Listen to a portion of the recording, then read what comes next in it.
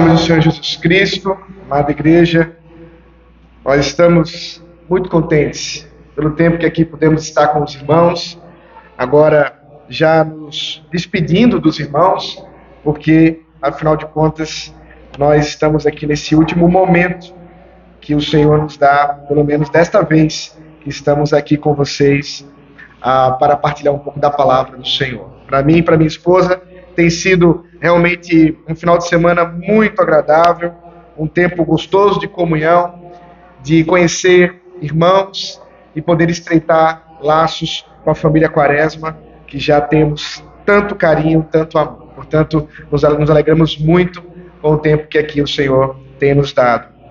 Amados do Senhor Jesus, havíamos já combinado que agora à noite estaremos explicando um pouco melhor como se dá a redenção na família. E é por isso que eu quero convidá-los a abrir na carta do apóstolo Paulo aos Efésios, no capítulo 5. Abra a Bíblia, por favor.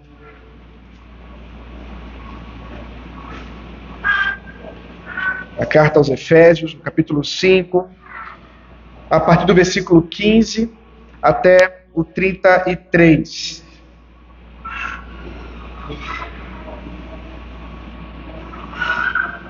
Que diz assim a palavra do Senhor: portanto, vede prudentemente como andais, não como necios, e sim como sábios, remindo o tempo, porque os dias são maus. Por esta razão, não vos torneis insensatos, mas procurai compreender qual é a vontade do Senhor. E não vos embriagueis com vinho, no qual há dissolução, mas enchei-vos do Espírito, falando entre vós com salmos, entoando e louvando de coração ao Senhor com hinos e cânticos espirituais, dando sempre graças por tudo a nosso Deus e Pai, em nome de nosso Senhor Jesus Cristo, sujeitando-vos uns aos outros no temor de Cristo. As mulheres sejam submissas ao seu próprio marido, como ao Senhor, porque o marido é o cabeça da mulher, como também Cristo é o cabeça da igreja, sendo este mesmo o salvador do corpo. Como, porém, a igreja está sujeita a Cristo, assim também as mulheres sejam em tudo submissas ao seu marido. Maridos, amai vossa mulher, como também Cristo amou a igreja, e a si mesmo se entregou por ela, para que a santificasse, tendo-a purificado por meio da lavagem de água pela palavra, para apresentar a si mesmo igreja gloriosa, sem mácula, nem ruga, nem coisa semelhante, porém santa e sem defeito. Assim também, os maridos devem amar a sua mulher como ao próprio corpo. Quem ama a esposa, a si mesmo se ama, porque ninguém jamais odiou a própria carne. Antes, a alimenta e dela cuida, como também Cristo o faz com a igreja, porque somos membros do seu corpo.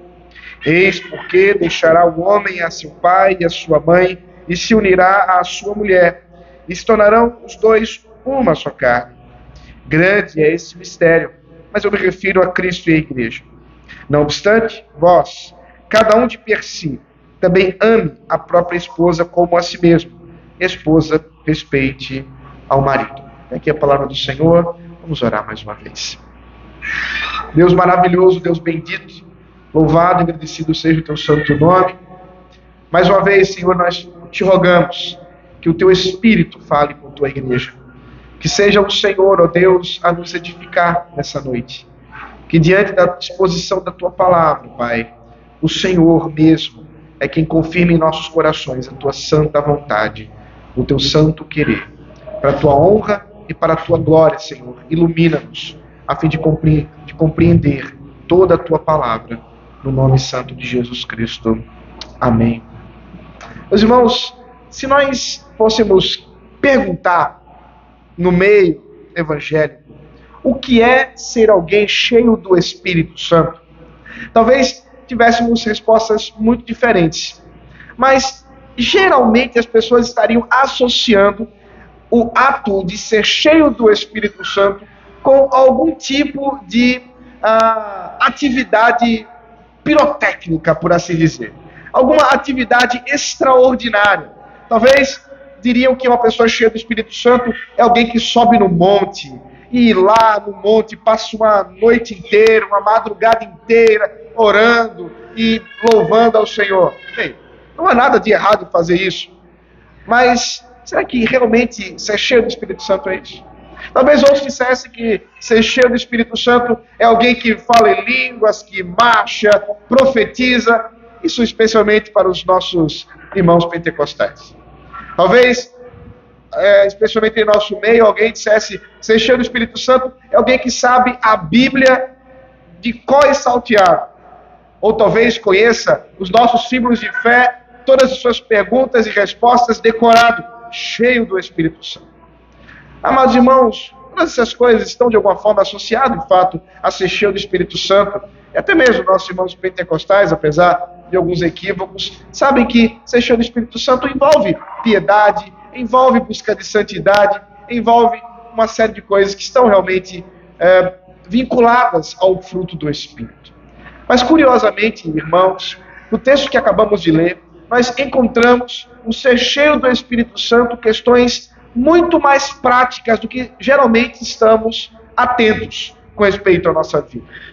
O texto que acabamos de ler se encontra exatamente nessa carta que Paulo, assim como escreve geralmente, tem como intuito doutrinar a igreja, mas também explicar como que a doutrina, o conhecimento de Deus, deve também envolver-se em prática, deve envolver-se em transformação de vida. É por isso que no início desse trecho nós encontramos esses imperativos de Paulo ao dizer que devemos andar não como nécios, mas como sábios, devemos viver não como insensatos, mas compreendendo a vontade do Senhor, devemos viver não embriagados com vinho, mas cheios do Espírito Santo. Todas essas questões, todos esses imperativos estão conectados para uma mesma ideia. O crente tem uma vida diferente do ímpio. Aqueles que amam ao Senhor, aqueles que têm o seu coração voltado a Cristo, eles necessariamente têm uma prática distinta. E realmente, amados irmãos, os ímpios, eles têm um padrão de vida. E isso está associado àquilo que o apóstolo Paulo chama de uma vida de louco, nécios. Uma vida de insensatos. Uma vida como que embriagados. A discussão de Paulo, de modo algum, é tentar mostrar que nós devemos beber, devemos não beber. A discussão não é bebida. A discussão é que o pecado, ele tem um poder inebriante, a ponto de causar uma dissolução no nosso coração, na nossa capacidade de cognição, a ponto de realmente nós nem mesmo tomarmos o conhecimento da maldade que estamos vivendo. E é isso a vida do louco, do nécio, do ímpio.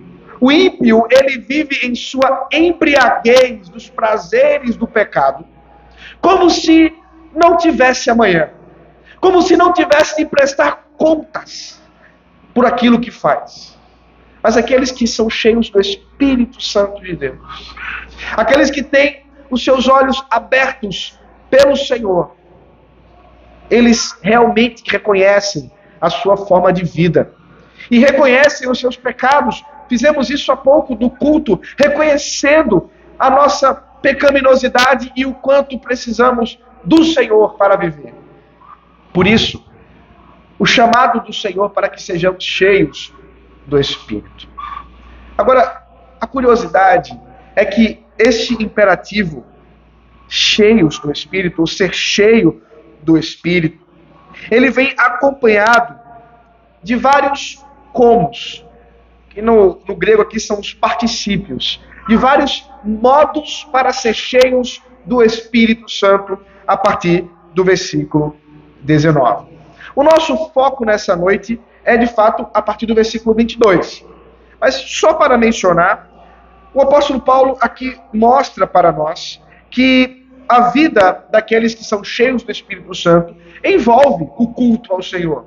Envolve estarmos, de fato, cheios da palavra de Deus, como eu disse há pouco, falando com salmos, entoando e louvando de coração com hinos e cânticos espirituais.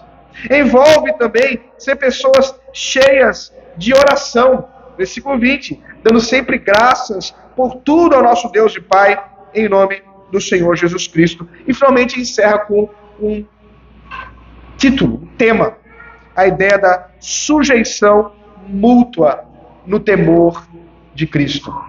Nós devemos estar conscientes de que somos servos uns dos outros e, portanto, devemos nos sujeitar uns aos outros no temor do Senhor. Mas, como eu havia prometido, nessa noite eu quero mostrar aos irmãos como que a família, redimida em Cristo Jesus, pode viver, pelo poder do Espírito, cheios do Espírito, o Evangelho no casamento. E é isso que vamos tratar nessa noite, especialmente naquilo que está dos versículos 22 ao 33. Primeiramente, amados irmãos, uma mulher cheia do Espírito Santo, diz o texto, é uma mulher que é submissa ao seu marido. Certamente isso não está conectado com aquilo que geralmente se esperava de alguém ser cheio do Espírito Santo. Mas é isso que Paulo gasta mais tempo nessa explicação do que é ser cheio do Espírito Santo. Uma mulher cheia do Espírito Santo é uma mulher que reconhece o seu papel no lar. É uma mulher que, sujeitada em Cristo, também está sujeitada ao seu próprio marido. Ela reconhece que ele é o cabeça do seu lar, do seu casamento. E esse é o primeiro argumento de Paulo para chamar a atenção das mulheres em sua submissão ao seu próprio marido. Veja o versículo 22 e 23. As mulheres sejam submissas ao seu próprio marido, como ao Senhor. Porque o marido é o cabeça da mulher, como também Cristo é o cabeça da igreja, sendo este mesmo o Salvador do corpo. Uma mulher que é cheia do Espírito Santo, ela reconhece que o seu marido, ele é o próprio Cristo no seu lar. É um representante de Cristo na sua vida. Agora, compreenda, e a gente precisa entender isso. Toda submissão à autoridade, ela está limitada à esfera de autoridade de cada uma das autoridades. Com uma exceção, o próprio Deus. Deus, sim, que detém toda a autoridade restrita e limitada sobre toda a realidade, sobre todo o universo e, é claro, sobre toda a nossa vida. Mas, mesmo o marido sendo, portanto, um representante de Cristo, como diz o texto, um cabeça da sua própria esposa, como o próprio Cristo é o cabeça da igreja. Uma clara relação aqui de comparação entre aquilo que Cristo é como nosso líder, assim como o marido é para com sua esposa um líder, uma autoridade, tem limites. E precisamos reconhecer isso, porque ainda que, e eu vou gastar um tempo falando sobre isso, a submissão da mulher ao seu marido é uma submissão que envolve toda a sua vida. Ela não é uma submissão irrestrita. Por quê? Porque é claro que nós temos o princípio de autoridade maior em Cristo, para sabermos que mais vale obedecer a Deus do que aos homens. E, portanto, mesmo a submissão da mulher para com seu marido, isso está filtrado, isso está limitado pela submissão que ela tem ao próprio Senhor, porque Cristo está acima do seu marido. É claro que numa situação de prática, quando numa relação marital, relação de casamento, o marido faz com que a mulher seja levada ao pecado, ela não tem nenhuma obrigação de obedecer ao seu marido para que peque contra o Senhor. Mas, com exceção, portanto, desse ponto, desse aspecto, o texto é muito claro no versículo 24. Como, porém, a igreja está sujeita a Cristo, assim também as mulheres sejam em tudo submissas ao seu marido. Como eu disse pela manhã, meus irmãos, uma vez que houve a ruptura do lar pelo pecado, a reconciliação desse lar não pode ser de outro modo senão por meio de Cristo. E não é à toa, portanto, que o apóstolo Paulo trata de mostrar a todo momento como que Cristo tem a ver com a vida da mulher em relação ao seu marido. Porque, em primeiro lugar, a mulher deve olhar para o seu marido como ela mesma já olha para Cristo, como igreja, que ela participa.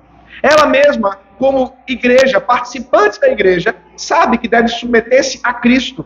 Assim, portanto, ela tem uma referência para entender como agora ela deve submeter-se ao seu próprio marido, cheia do Espírito Santo. Considere sempre isso. Não podemos ler esse texto sem lembrarmos que todas as ações que estão aqui sendo ordenadas à mulher, e daqui a pouco chegaremos ao homem, está como fortalecida e possível, porque o Espírito Santo de Deus nos enche. E ao nos preencher, somos levados a obedecer à vontade do Senhor. E, portanto, é nesse sentido que nós somos levados a considerar que o Evangelho é fundamental para o casamento. Nós precisamos ter o Evangelho em mente, porque é isso que está como pressuposto para que a mulher se submeta ao seu marido. É que ela se submete a Cristo, o seu Senhor. Ela se submete a Cristo, o seu Salvador. E tendo Cristo como o seu Redentor, tendo Cristo como aquele que tirou ela mesma do império das trevas e o colocou no império, no reino do Filho do seu amor, ela pode se submeter a Cristo e, por isso, se submeter ao seu próprio marido. É importante considerar, e Paulo deixa isso muito claro, que a submissão da mulher não é irrestrita a todos os homens, como se ela agora tivesse de respeitar da mesma forma que faz o seu marido todos os homens. É claro, ela deve fazer isso com todas as pessoas, mas ao seu marido e somente ao seu marido ela deve submissão específica. Essa submissão, queridas irmãs, e eu me direciono às irmãs porque o texto está falando com as mulheres, é uma submissão, sim, que envolve um sacrifício, que envolve considerar a vontade, a liderança do seu marido. E veja, eu sempre costumo dizer isso, submissão não é você se submeter quando você concorda. Submissão acontece quando você discorda. Porque é somente quando você acredita que talvez esse não seja o melhor caminho, que de fato você estará se submetendo. Porque, obviamente, se você concorda com o que seu marido está dizendo e você submete ao que ele está dizendo, o que você está submetendo no final das contas é a si mesmo. Mas é exatamente quando há divergência. E eu sei que há. Eu sei que muitas vezes no relacionamento, na caminhada, há divergências. Mas a palavra do Senhor nos exorta. O Senhor te chama, querida irmã, para que, cheia do Espírito Santo, você confie e se submeta ao seu marido. Mas, pastor, eu sei que está errado. Eu sei que não vai dar certo. E eu te falo, minha irmã, se submeta no temor do Senhor. Não que isso lhe leve ao pecado, já tiramos isso de jogo. Mas se essa questão é uma questão na qual você está incomodada, mas você reconhece que está dentro dos limites impostos pelo Senhor, se submeta. E submissão, queridas irmãs, não dará o direito para que, em caso você de fato esteja certo, lá na frente, não deu certo, você olha para o seu marido e diga, está vendo o que eu falei? Não. Isso não é submissão. porque você estará desonrando o seu marido. Mas é de fato reconhecer que porque Deus te colocou um líder, alguém para guiar a tua mão, alguém para te conduzir, você deve sim se submeter ao seu marido. Totalmente o contrário, como vimos pela manhã, àquilo que Deus fala com respeito aos impulsos da mulher em pecado para com o seu marido. O seu desejo será contra o seu marido. Aqui, o desejo da mulher é se submeter com alegria ao seu marido. Eu sei, queridas irmãs, muitas vezes essa submissão não será fácil. Muitas vezes essa submissão envolverá um alto sacrifício. Mas o Senhor te chama, mulher cheia do Espírito Santo, para que, ainda mais se enchendo do Espírito Santo de Deus, você seja uma mulher submissa ao seu marido. E tem mais. A Bíblia não nos autoriza para dizer que essa submissão ela é condicionada à sabedoria do seu marido. Nem mesmo a ele ser crente. Veja aí, por favor, a primeira carta de Pedro, capítulo 3, versículo 1. 1 de Pedro 3, 1.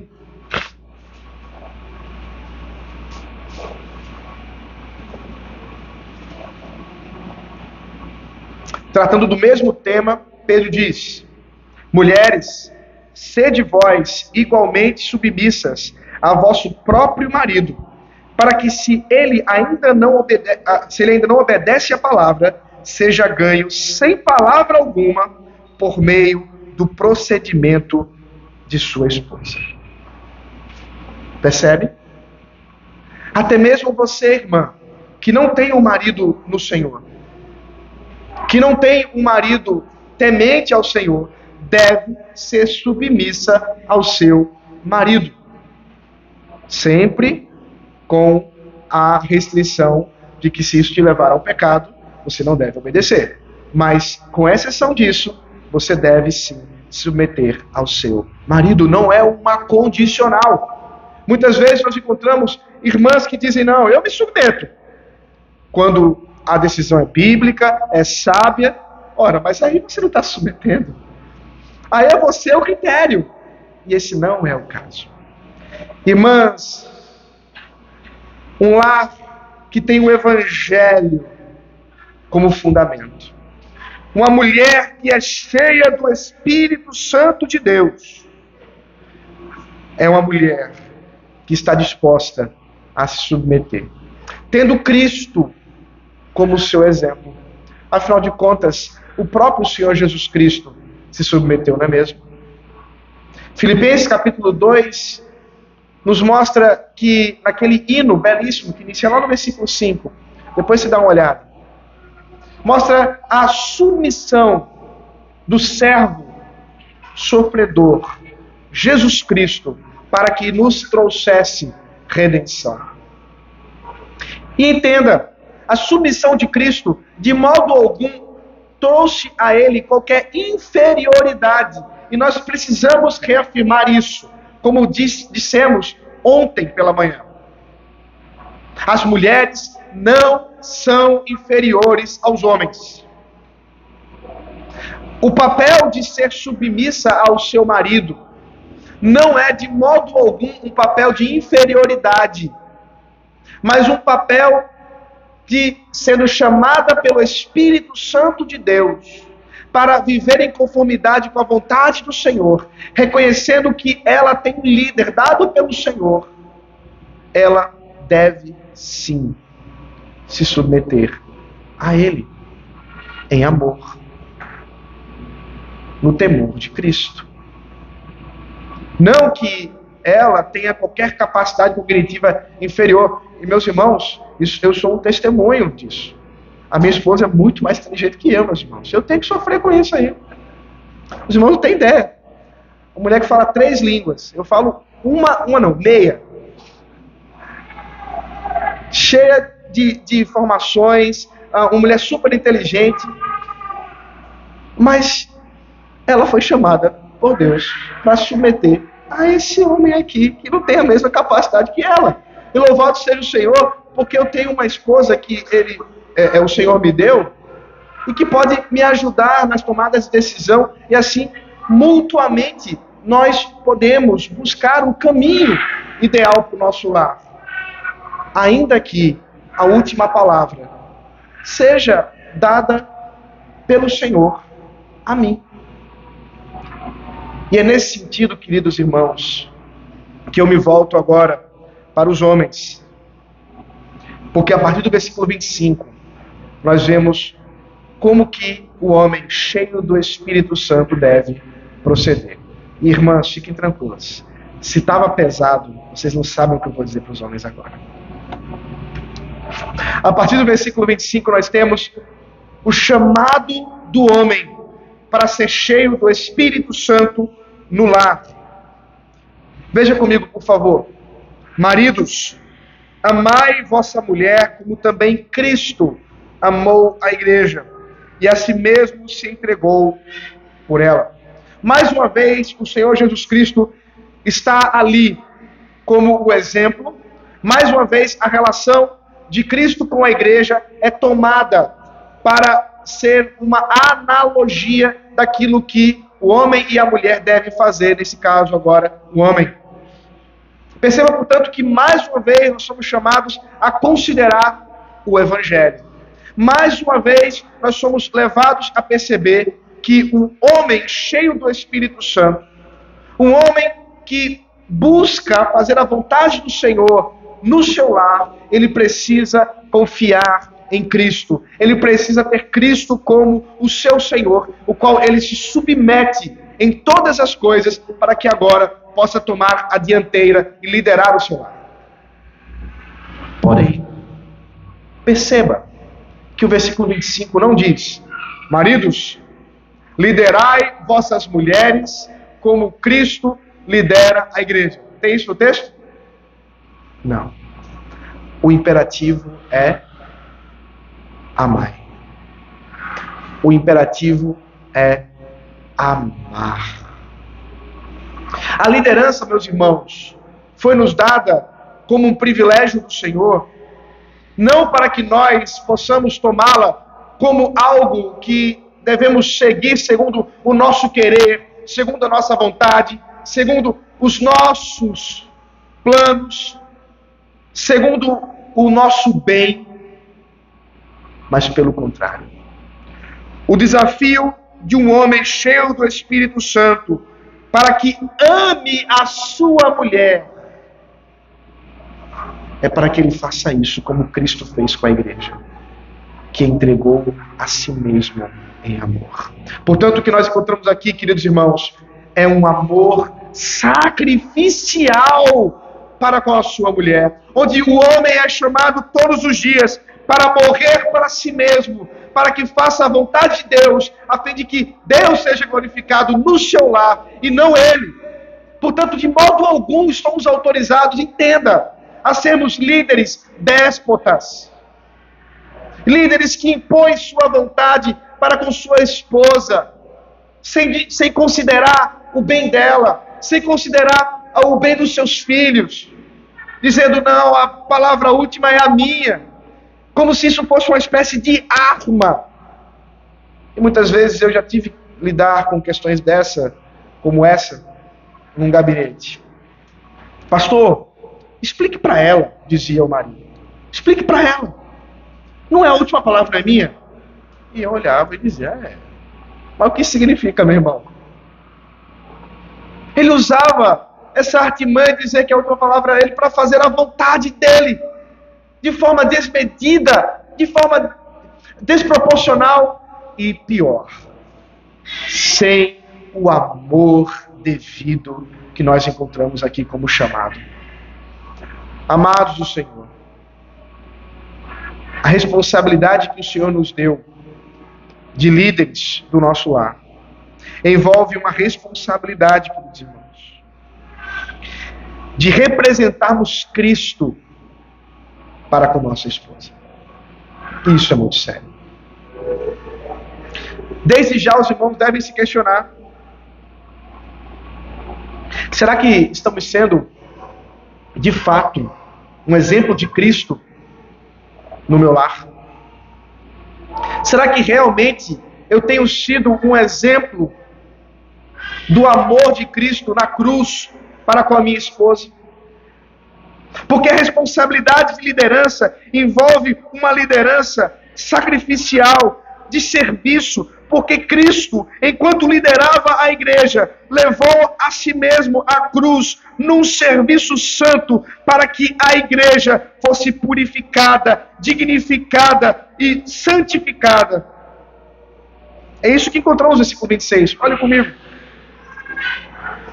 Para que a santificasse, tendo-a purificado por meio da lavagem de água pela palavra, para apresentar a si mesmo igreja gloriosa, sem mácula, nem ruga, nem coisa semelhante, porém santa e sem defeito. O que Paulo está dizendo é que assim como Cristo é o responsável pela santidade, pela dignidade, pela pureza da igreja, o marido é o responsável pela dignidade, pela santidade e pela pureza da sua esposa. E aí está o problema. Porque muitas vezes a nossa preocupação não é essa. Será que nós temos realmente buscado santificar, instruir nossa esposa no Senhor, buscando de fato a dignidade, a honra? Ou pelo contrário, somos nós a maior ameaça de desonra à nossa esposa? As palavras que saem dos nossos lábios são palavras que desonram a mulher que o Senhor nos concedeu. E muitas vezes, ofensas ganham espaço no lar. Mas o nosso chamado, meus irmãos, não é esse. O nosso chamado é que, cheios do Espírito Santo, devemos amar. Estamos dispostos a nos sacrificar. Estamos dispostos a entregar a nossa vida em favor da nossa esposa. Porque Cristo é o exemplo. O amor de Cristo é o exemplo. E foi assim que o Senhor fez. E foi assim que o Senhor fez. O amor do marido é um reflexo, inclusive, do próprio amor que ele tem consigo mesmo. Veja o versículo 28. Assim também, os maridos devem amar a sua mulher como ao próprio corpo. Quem ama a esposa, a si mesmo se ama. Porque ninguém jamais odiou a própria carne, antes a alimenta, dela cuida, como também Cristo o faz com a igreja. Olha que maravilha. O Senhor nos chama a considerar que a união que Moisés retrata lá em Gênesis capítulo 2, e que Paulo repete aqui, a união da carne, faz com que nós devamos olhar para nossa esposa não como uma espécie de outra coisa, mas como que ao fazer bem a ela, fazemos bem a nós mesmos, porque somos uma só carne. E ninguém odiou a sua própria carne, ninguém nunca odiou a sua própria carne. Antes, é chamado a cuidar e a alimentar dela. Algumas semanas atrás, eu tratava desse assunto lá na igreja. Nós temos um trabalho com os homens que nós chamamos de homens da casa. Até para considerarmos o nome da igreja, Casa Caiada, mas também o fato de serem homens que devem liderar o seu lar. Enquanto falava sobre isso, um irmão levantou sua mão e quis perguntar. E a questão dele era: pastor, eu já ouvi muito de que é responsabilidade do homem fazer o culto doméstico, é responsabilidade do homem orar com sua esposa. Mas pastor, eu quero confessar que eu não tenho conseguido fazer isso. Já estou casado há acho que uns 20 anos. Nunca consegui implementar um ritmo disso. Onde nós realmente encontramos uma evidência de que isso é um chamado do homem? Aqui. Porque a analogia que Paulo faz de alimentar a própria carne só pode ser explicada na função do homem de alimentar espiritualmente a sua mulher. Porque ainda que, é claro, nós devamos considerar o nosso chamado de nutrir, de trazer o alimento, os recursos físicos, materiais para o lar, o recurso espiritual é ainda mais fundamental e mais nutritivo. Porque não adianta de nada termos nossas esposas bem alimentadas fisicamente e desnutridas espiritualmente. E o chamado de nutrição da sua família, meu amado irmão, não é do pastor Oreb. O trabalho dele é exercer como pastor o ensino público, o aconselhamento, visita, junto com os presbíteros, bênção do Senhor. Mas o pastor da sua família não é ele, é você. E se você não estiver preocupado em nutrir a sua esposa com a palavra do Senhor, se você não estiver preocupado em nutrir a sua família com oração, meu irmão, você está fazendo um grande mal para ela e para si mesmo, desonrando o seu chamado, e você não pode ser chamado de um homem cheio do Espírito Santo. Porque homens cheios do Espírito Santo de Deus são homens que estão dispostos a nutrir o seu lar com a palavra de Deus. Mas pastor, eu não tenho curso de teologia, eu não sei fazer um sermão. Não se preocupe. O seu chamado não é para fazer grandes exposições, mas leia a palavra. Estude a palavra. Busque conhecimento, bons comentários, uma Bíblia de estudo. Eu tenho certeza, meu amado irmão, que o mínimo que você conseguir fazer já será muito para a sua esposa. Porque implementando um ritmo de nutrição doméstica, de culto doméstico, de cuidado para com sua esposa, para com seus filhos, você estará trazendo um alimento sólido do Senhor. E o Espírito Santo de Deus se encarregará de nutrir a nossa família, amado irmão. Mas não negligencie esse chamado. Porque o amor que temos para com nossa esposa é um amor que vem do Senhor. O que devemos ter é o que vem do Senhor. É uma manifestação do Evangelho. É nesse sentido, amados irmãos, que o casamento, que o lar, redimido em Cristo, vivencia o Evangelho, porque ali é um lugar onde há graça, onde há misericórdia, onde há perdão, onde há sacrifício. Porque é claro, meus irmãos, que eu não estou nessa noite subindo aqui no púlpito para dizer aos irmãos que todos nós alcançamos plenamente todas essas tarefas de forma perfeita. Não é o caso. Falhamos. Quantas vezes falhamos enquanto maridos em cuidar de nossa esposa, em agir com amor? Quantas vezes a mulher falha em sua submissão para com o marido? E qual é a solução? A solução é a graça. A solução é o arrependimento. A solução é o perdão. Não existe casamento sem confissão de pecados, sem arrependimento genuíno, sem perdão, sem graça e sem misericórdia. Porque não há como vivermos a dois sem considerarmos que, como pecadores, haveremos de necessariamente pecar uns contra os outros. E essa ofensa só pode ser resolvida quando nós estamos dispostos a nos humilhar e reconhecer que pecamos, que ofendemos, mas que estamos dispostos a reconciliar por meio de Cristo. O casamento, de fato, ele só faz sentido em Cristo. Ele só faz sentido pelo Evangelho.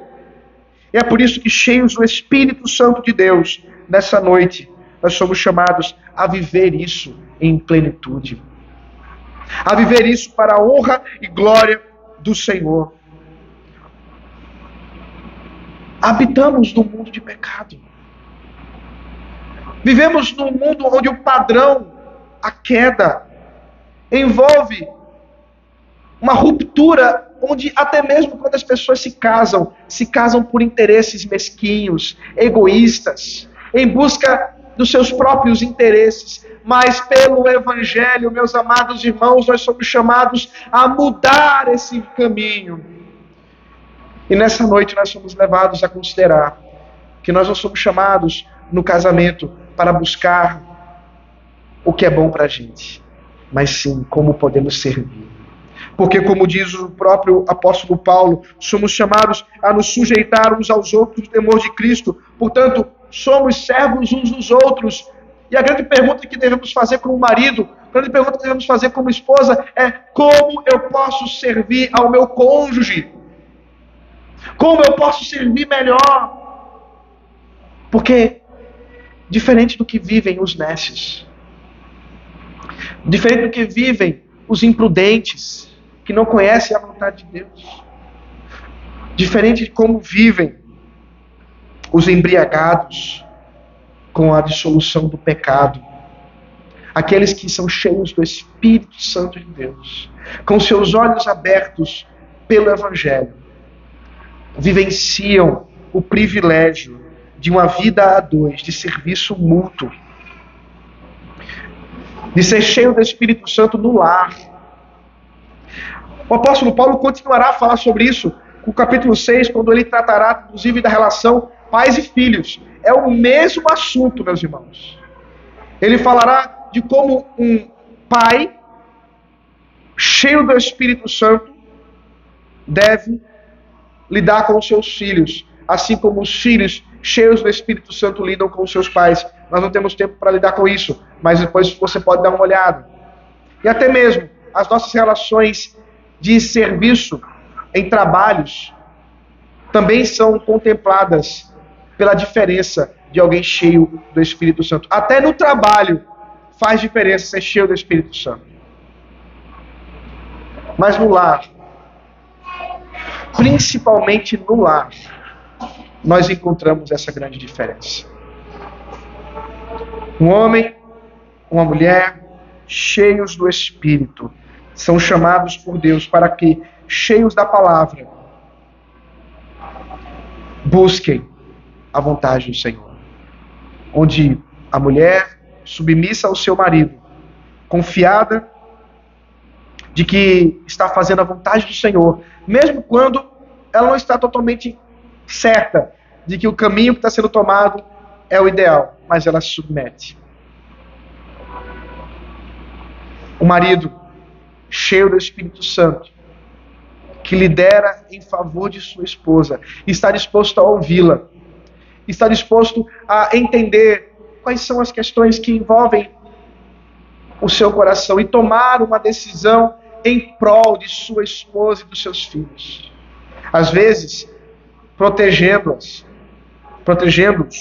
tanto a esposa quanto os filhos, protegendo-os até mesmo de si mesmos, protegendo até mesmo de males externos e internos. Precisamos tomar essa posição como homens e mulheres cheios do Espírito Santo de Deus. Amados, só o Evangelho explica o casamento. Eu sei que há ímpios que vivenciam o casamento. Como uma obra da graça comum de Deus, eles vivenciam algo que não entendem. Mas nós podemos vivenciar algo que nós compreendemos. Que nós compreendemos e nos alegramos. Que podemos realmente entender algo que envolve o mistério de uma união que Deus nos chama a ter. Num relacionamento que não pode ser descartado, porque é um relacionamento baseado na obra perfeita de Cristo. Que não pode ser anulado pelo tempo, Mas antes, é um chamado para que vivamos segundo a vontade do Senhor. Talvez você, mais jovem, que seja solteiro, ainda não vivencia isso. O Senhor te chama, se prepare. Prepare-se para ser um marido fiel que ama a sua esposa. Prepare-se para ser uma mulher submissa ao seu marido. Os pais devem cuidar para que seus filhos assim aprendam e assim esperem fazer. As crianças que aqui estão devem desde já saber do chamado do Senhor para o casamento e da função dos seus pais em os ajudar a encontrar um cônjuge que honra, glorifica ao Senhor. É tarefa nossa. Você que já vive o casamento é chamado pelo Senhor nessa noite. Acaso haja coisas que foram ditas aqui que precisam de ajuste, vá para casa, chame sua esposa, chame seu marido, orem juntos, se arrependam, que hoje haja restauração no seu lar, haja reconciliação. Se houver algo que estiver quebrado, se houver algo que não está ajustado, o Senhor, pelo seu poder, restaure nessa noite. Talvez você que já vivenciou isso, mas não vivencia mais, por diversos motivos, viuvez, divórcio. O Senhor também te chama a ser cheio do Espírito Santo.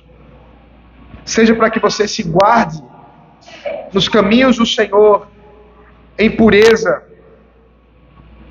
seja para que você contraia novas núpcias no Senhor, como Deus nos requer, como Deus nos chama, mas se preparando para vivenciar essa mesma realidade no Senhor. Esse é o chamado para toda a igreja, esse é o chamado para todos os crentes, cheios do Espírito de Deus. Amém. Vamos orar. Senhor, muito obrigado por tua palavra. E que o Senhor aplique em nós tudo que aqui foi dito e ensinado. Que o teu Espírito Santo, assim, Senhor, nos faça viver um lar, glorifica o teu santo nome, ó Altíssimo. E vivenciemos o Evangelho para a tua honra e glória. Em nome de Jesus Cristo. Amém.